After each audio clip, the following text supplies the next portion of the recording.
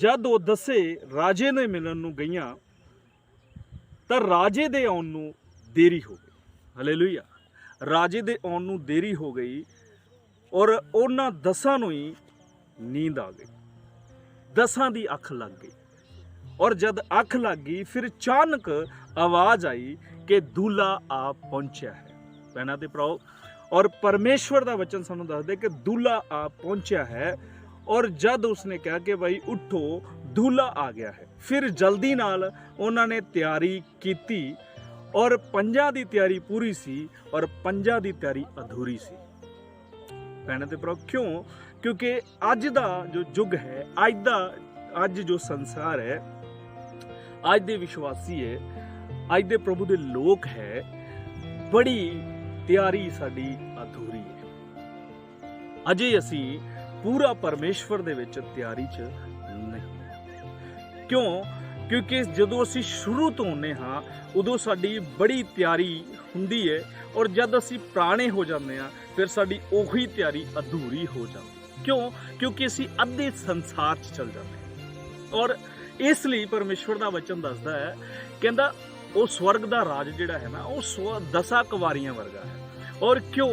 क्योंकि सानू उतों एग्जाम्पल मिलता है, उतों सानू पता लगता है कि जिहड़ा प्रभु यीशु मसीह सानू की समझाउण दी कोशिश कर रहा है। वो सानू ये समझाउण दी कोशिश कर रहा है कि तुहाडा जिहड़ा आउणा ना वो बिल्कुल ही सही होना चाहिए, बिल्कुल ही, कि जिहदे च कोई भी पाप नहीं होना चाहिए। और जिहड़ा प्रभु यीशु मसीह है ना वो साडे लई एक वकील है, क्योंकि वो परमेश्वर दे सामने सानू एक निर्दोष साबित करता है। जदों सड़ ते शैतान ताने लगाउंदा है ते वो शैतान नूं कहंदा है कि मैं इस दे लई लहू दिता है, मैं इस दे लई जान दित्ती है, तू इहनूं कुछ भी कह नहीं सकदा क्योंकि इसने मेरे ते विश्वास कीता है। और रोज सानू अज सिखाउंदा है प्रभु यीशु मसीह दा वचन सानू सिखा रहा है कि जिहड़ा स्वर्ग दा राज है ना वो 10 कुवारियां वर्गा है। उन्हां चों 5 जिहड़ियां सीगियां वो हुशियार सी ते 5 मूर्ख सीगियां। वो मूर्ख क्यों सीगियां? क्योंकि उन्हां दी जिहड़ी तैयारी सी ना वो बड़ी अधूरी सी।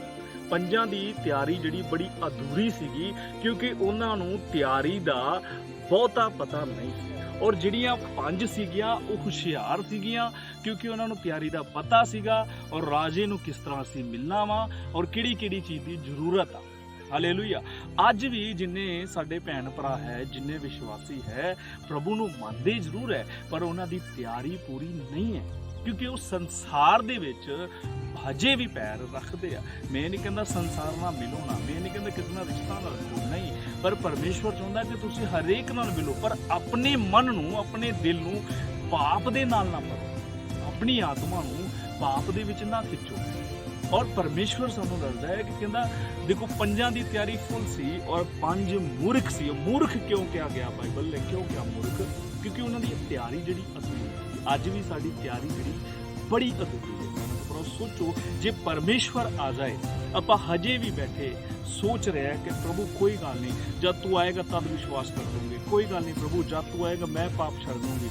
पर जदों परमेश्वर आएगा सानू मौका नहीं, क्योंकि तब तक साडे लई दरवाजा बंद कहना ते तो। और सानू जरूरी है परमेश्वर दे वापस आउण दा और परमेश्वर दे पर विश्वास करना, यीशु दे पर विश्वास करना, क्योंकि 10 कुवारियां वर्गा राज परमेश्वर ने समझाया है कि देखो संसार अज की है, अज कुछ लोग प्रभु दे विच चल रहे हैं, कुछ लोग सही ने, पर कुछ हजे भी वो 5 कुवारियां वर्गे ने, हजे भी वो 5 मूर्खा वर्गे ने जिहड़े अज भी वो पाप च बैठे ने। और उसां नूं परमेश्वर दा वचन समझा रहा है कि तुसीं पाप नूं छड्डो और तुसी वापस आओ और उन्हां 5 वर्गे बनो जिहड़ियां हुशियार सीगियां और जिहड़ियां स्वर्ग च जा पहुंचियां, और जिहड़ियां दूल्हे नूं मिलन चले गियां और दूल्हे ने उन्हां लई दरवाजा खोल दिता। और फिर अगे देखो की होया, जद दूल्हे ने उन्हां 5 नूं बुला के दरवाजा खोलता वो 5 राजे नूं मिलने चले गियां और जिहड़ियां 5 रह गईयां वो बाद चों जदों वापस गईयां और उसने जाके बूहा खड़काया तो आवाज़ आई मैं तुहानूं जानदा ही नहीं। हालेलुया। ये ना होवे जिस दिन परमेश्वर आवे असी पाप च जे बैठे हाँ, असी अंधकार च जे बैठे हाँ, असी अजे विचार च बैठे हाँ, अजे असी बुरियां गल्लां च बैठे हाँ कि जब परमेश्वर आवे तद सानू असी कहिए कि प्रभु असी तेरे नाम नू हजे तक जानिया नहीं है, असी सानू किसी ने दस्या नहीं है। पर देखो परमेश्वर दा वचन कहता कि जब तक धरती दे कोने तक परमेश्वर दा प्रचार नहीं पहुंचेगा तब तक अंत नहीं आएगा, क्योंकि परमेश्वर सानू मौका दे रहा है कि असी अपने आप नू बदलीए। परमेश्वर मौका दे रहा है कि असी अपने आप नू वापस लेके आइए, क्योंकि इंसान उसे दी रचना है। कहना तो करो इंसान उसी की रचना है। क्यों? क्योंकि उत्पत्ति च लिखा है कहता मैं तेनों अपने स्वरूप दे नाल बनाया, और वो नहीं चाहता कि मेरे हत्थां दे नाल नाश होवे। हालेलुया। क्योंकि वो चाहता है कि मैं इंसान नूं बचा सका, क्योंकि उसे परमेश्वर ने क्योंकि सानू 10 कुवारियां दे एग्जाम्पल ते उदाहरणा ते सानू उसने समझा दिता है कि असी परमेश्वर ते यकीन करना है और असी परमेश्वर दे नाल चलना है, और असी वो पंजा दे वांगू हुशियार बनना है और वो पंजा वांगू मूर्ख नहीं बनना है कि साडे लई दरवाजा बंद हो जाए।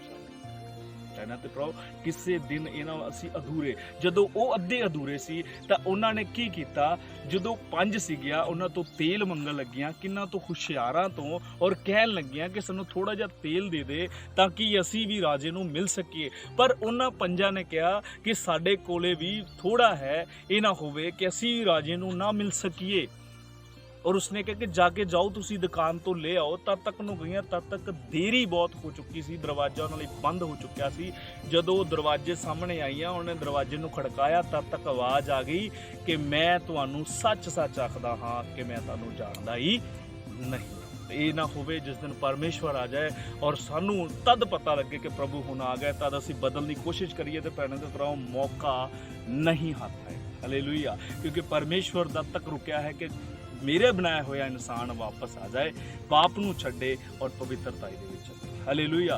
बहुते स्वर्ग च नहीं जाणगे, कि उसका वचन दसदा कहंदा बुलाए हुए बहुत है पर चुने हुए घट है। क्योंकि बहुते स्वर्ग च नहीं जाणगे। स्वर्ग च कौन जाएगा? जिहड़ा उस ते विश्वास करेगा और सदा अंत तक पवित्र रहेगा, मतलब पवित्र रहेगा अंत तक, जिहड़ा दुख नूं सहेगा।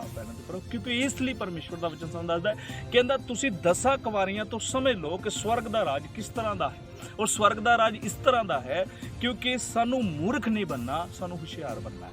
और वचन सानू दसदा है, कहंदा तुसीं सप की तरह हुशियार ते कबूतर की तरह भोले होने चाहिए ने। और असी हुशियार होना चाहिए है, और हुशियार इसलिए होना चाहिए कि सानू वचन का पता होना चाहिए, सानू यीशु की कह रहा है उसका पता होना चाहिए। अज बहुते विश्वासी बहुते लोग अज इस सास च बैठे किसी प्रभु नूं मान लिया है, बस यीशु सानू स्वर्ग च ले जाएगा। नहीं पैना ते भराओ, यीशु उसनूं लेके जाएगा जो अपने दिल तो पवित्रता ही रखेगा और जो पाप तो दूर रहेगा। जिद्दां अजूब सी, अजूब बुराई तो दूर रहिंदा सी, उसी तरह सानू यीशु सिखा रहा है। कहंदा तुसीं भी इन्हां 10 कुवारियां तो इन्हां 5 तो तुसीं सीख लो कि स्वर्ग दा राज किस तरह दा है। स्वर्ग दा राज पवित्र बंदे दा है और पवित्र बंदा ही स्वर्ग दे विच जा सकदा है, दूसरा नहीं। और सानू सिखा रहा है अज उसका वचन, और कह रहा है कि तुसीं मूर्ख नहीं बनना, क्योंकि अज बहुते मूर्ख बने हुए ने और प्रभु च आके भी पाप कर रहे हैं। प्रभु नूं मन के भी, यीशु दा करार करके भी, पश्चाताप करके भी अज भी असीं उत्थे ही बैठे आ। कोई गल नहीं चलदा है, कोई गल नहीं चलदा है, फलाना करदा है, कोई गल नहीं। पर यीशु ये नहीं कहेगा, यीशु कहेगा मैं तैनूं जाणदा ही नहीं। पैना ते भराओ, क्योंकि सानू बदलना बड़ा जरूरी है और सानू पवित्रता दे विच रहना बड़ा जरूरी है। ये मैसेज है प्रभु यीशु मसीह दा, और इहदे ते तुसीं गौर जरूर करना। और प्रभु यीशु मसीह दे नाम दे विच असीं वापस होना है पाप तो, और असीं बदलना है यीशु दे नाम। आमीन। खुदा तुहानूं बरकत।